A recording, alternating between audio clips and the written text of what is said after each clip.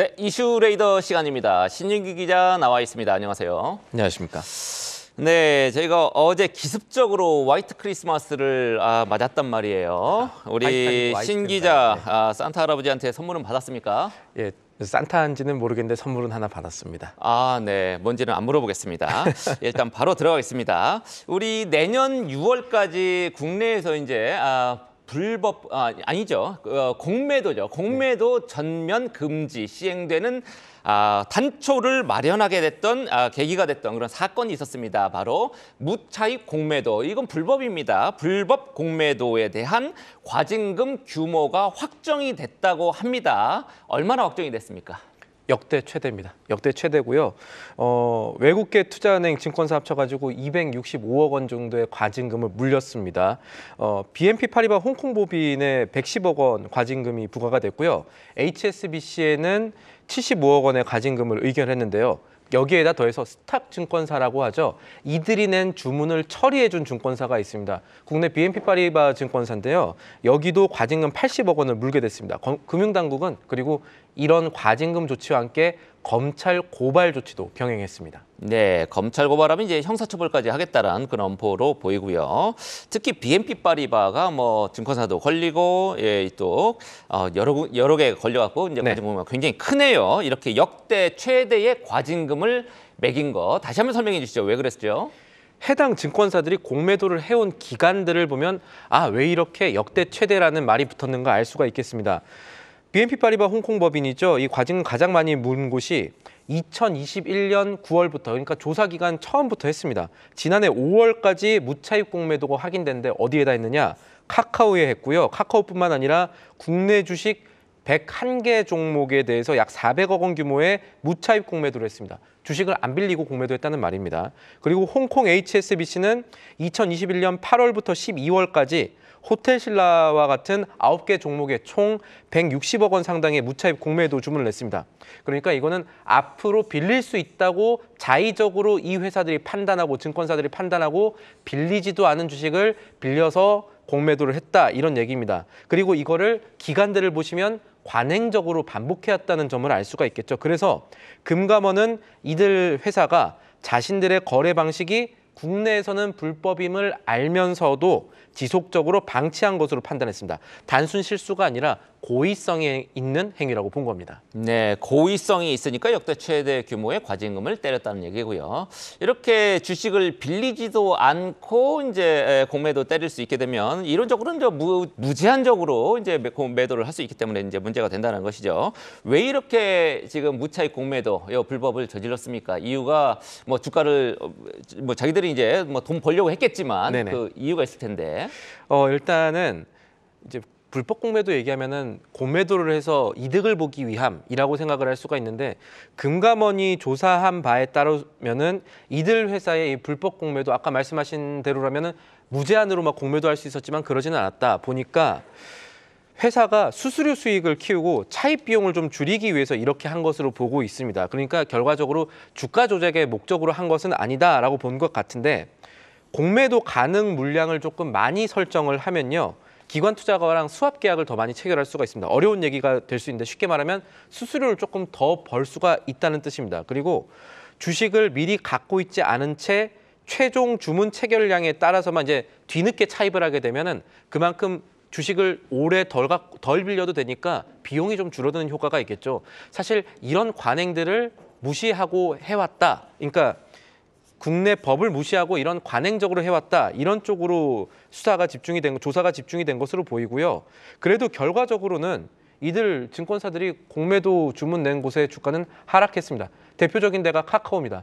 카카오 같은 경우는 이 BNP 파리바가 많이 갖고 있었다고 말씀을 드렸죠. BNP 파리바가 공매도를 쳤던 기간 2021년 9월부터 지난해 5월까지 카카오 주가는 47% 급락하기도 했습니다. 네, 결과적으로 이제 공매도를 일시 중단하고 내년 6월까지 그다음에 여러 가지 제도를 개선하겠다 이렇게 금융당국이 밝혔단 말이죠. 지금 어떻게 되고 있습니까? 잘 안 되는 것 같습니다. 잘 안 되는 것 같은데 왜냐하면 공매도 제도 개선과 관련해서 국회 계류 중인 의원 발의 법안이 8개 됩니다. 8개 되는데 보면은 주로 개인과 기관, 외국인의 공매도 상환 기간, 잠보 기간 동일하게 적용. 이거 저희가 많이 했던 얘기들이죠. 그동안에 나왔던 제도 개선안 그리고 반발에 많이 부딪혔던 것이지 않습니까? 이게 의원밥이 법안과 이제 궤가 같았던 겁니다. 그런데 이거 상환 기간 갖게 해서 이게 도대체 무슨 실익이 있느냐라는 판단들이 있었기 때문에 1소위에서 심사가 이루어졌지만 이게 결국 의결까지 진행되지는 못했습니다. 이런 아까 말씀드린 공매도 상한기일의 실효성 같은 이런 부분들이 쟁점으로 다시 떠오르면서 의결을 미루기로 결정이 났고요. 구체적인 정부안이 좀 마련된 뒤에 이 법안이라든가 제도 개선 윤곽 내년 초에 다시 한번 논의가 될 것으로 보이고 있습니다. 네, 저희가 계속 지켜보겠습니다. 다음으로 이제 날씨하고 자산시장과의 상관관계 요거 좀 짚어보겠습니다. 우리가 지난주엔 너무너무 추웠죠. 너무 추웠습니다. 네, 이번 주는 그나마 조금 낫다고 하는데 나을 거라고 하는데 이 동북아 지역에 40년 만에 지금 몰려온 한파 맞습니다. 역시 우리나라만 추운 게 아니었죠. 그렇습니다. 우리나라만 추운 게 아니라 중국도 많이 추웠답니다. 중국은 영하 45도까지 내려가는 데들도 지난주까지 나왔답니다. 45도요, 영하. 예. 상당히 쌀쌀한데 요것 때문에 이 중국 북부 지역의 한파가 40년 만에 최대다 이런 말이 나오고 있고 동북부와 중부 지역의 이 중국 얘기입니다. 최저 기온이 각각 영하 20도 정도를 유지했대요. 영하 20도면 뭐 냉동 창고라는 얘기죠. 한 나라가 냉동 창고가 됐다는 얘기고 최근에는 또 이런 추위 자체가 남쪽으로 내려왔답니다. 그래서 상하이가 지난주부터 크리스마스까지 제가 기상예보 찾아봤는데 크리스마스에 원래 상하이는 영하권이 아니라고 합니다. 그 주재원분들한테 물어보니까 영하가 잘 안 떨어지는데 이번에는 영하까지 떨어졌답니다. 그래서 40년 만에 중국도 그렇고 우리나라도 그렇고 굉장히 추운 겨울을 맞이하고 있는 것은 팩트입니다. 네. 그러면은 이제 중국이 뭐 지금 나무 떼는 나라는 아닙니다만 북한은 나무 뗍니다. 제가 뭐 저 한번 평양은 아니고 이제 개성을 평양이요? 한번 갔었는데 예, 석탄도 떼고 나무도 떼고 네, 맞습니다. 예, 민둥산이더라고요. 중국의 난방 수요가 좀 급증할 것 같은데 어떻습니까? 실제로 이 세계가 아니죠. 이 역대 40년 만의 한파에 따라서 이 지금까지 없었던 중국의 전력, 난방유, 가스 수요가 나왔다고 합니다. 데이터가 있는데 지난주입니다. 12월 17일 기준으로 중국의 이 최고 전력 요율 사용량과 가스 사용량이 전년 대비 7%, 8% 증가했대요. 그래서 사상 최대치였습니다. 이렇게 되면 난방유 수요는 추계를 하게 되지만 아마 여기 역시 역대 최대 되지 않을까 이런 짐작들이 나오고 있습니다. 또 하나 봐야 될 거는 일시적인 이 수요 급증 자체가 중국이 원유 수출하는 석유 제품 수출하는 나라기도 하거든요. 그런데 아마 석유 수출 여력을 좀 축소시키는 요인이 될 것 같다라는 분석들이 나오고 있는 점입니다. 그래서 중국에서는 전 세계가 아니라 중국에서는 수급 문제로 유가를 좀 들어 올릴 수 있는 요인들이 나오고 있다. 이렇게 보셔야겠습니다. 그렇군요. 자기들 먼저 써야 되니까 그렇겠죠. 맞습니다. 중국의 그런 어떤 난방유나 이런 수요 증가가 정유주에도 영향을 끼치겠죠. 끼칠 것 같습니다. 이 정유주들이 유가 오를 때 좀 오르고 이런 얘기들이 나오고 있고 실제로 그런 모습들 보였는데 정확하게 말하면 정제 마진이라는 것이 오를 때 이 정유주가 올라갑니다. 그리고 말씀드렸던 요인들은 다 정제 마진을 올릴 수 있는 요인들입니다. 그래서 증권가에서는 단기적으로 중국 수요 영향으로 등유와 경유 중심으로 정제 마진이 개선되기 때문에 정유주에는 아마 긍정적인 영향이 있을 수 있을 것이다. 이렇게 보고 있습니다.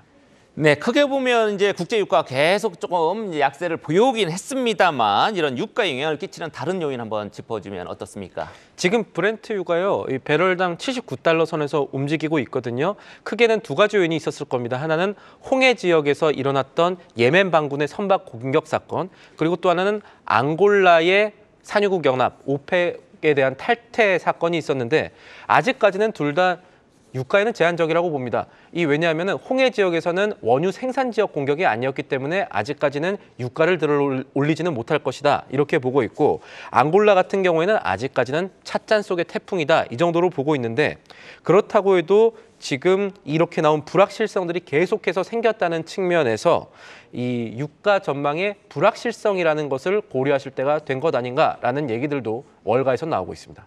그렇군요. 자, 빚투 얘기 이제 짚어보겠습니다. 요즘 다시 국내 증시에서 빚을 져서 주식에 투자하는 네. 그런 사람들이 지금 늘고 있다고 하던데 어떻습니까? 그렇습니다. 지금 B2라고 하셨는데 신용융자 잔고라고 저희가 이제 표현을 할 수가 있죠. 신용융자 잔고는 지난달 6일에서 한 달 반 만에 1조 원 넘게 늘었습니다. 1조 원 가까이 늘었고요. 그리고 여기에 더해서 위탁 매매 미수금이라는 개념이 있습니다. 이 결제 후 3거래일 이후에 못 갚은 돈, 외상을 못 갚은 돈이 현재 1조 원 수준까지 늘어났고요. 이게 일평균 5천억 원 수준 하던 겁니다. 많이 늘어났죠. 그리고 증시 대기 자금으로 불리는 투자자 예탁금도 저희가 전에 말씀드린 적이 있었습니다만 많이 늘었습니다. 왜 이렇게 비투라든가 이런 게 늘어났냐? 위험 자산인 증시에 투자금이 몰리고 있는 것은 연준의 통화 정책이 조만간 긴축 완화할 것이다 이런 얘기들이 있었고, 그리고 공매도 금지와 같은 개인 투자자들의 투자 심리가 개선될 만한 이벤트들이 조금 많이 생겼기 때문으로 분석되고 있습니다. 어떤 종목에 주로 집중이 됐나요? 지금 보면은 신용거래 잔액 비중 높은 데가 시노펙스라든가 LTC, 랩지노미스 이렇게 코스닥 쪽에서는 나와 있는데 코스피 쪽에서는 좀 주목할 만한 흐름이 있습니다. 대체로 정치 테마주가 많았습니다. 안철수 의원 테마로 분류되는 써니전자가 8.34%, 이 정도로 잔고가 많았고요. 그리고 한동훈 법무장관 관련주로 분류되는 우진도 신용 비중이 7.8%까지 달했죠. 그리고 비중이 아니라 잔액 자체로 보면 2차 전지 관련주에도 이 신용융자가 많이 몰린 것으로 분석이 됐습니다. 빚을 내서 투자한 종목들 뭐 성공했나요? 주로 어떻습니까? 결과적으로. 전체적으로 보면 이 100개 종목 가운데 53개 종목은 떨어졌답니다. 그래서 비투라는 것이 언제나 옳은 투자는 아닐 수 있다라는 것도 통계에서 나오고 있습니다. 네, 그렇군요. 지금까지 신인규 기자였습니다.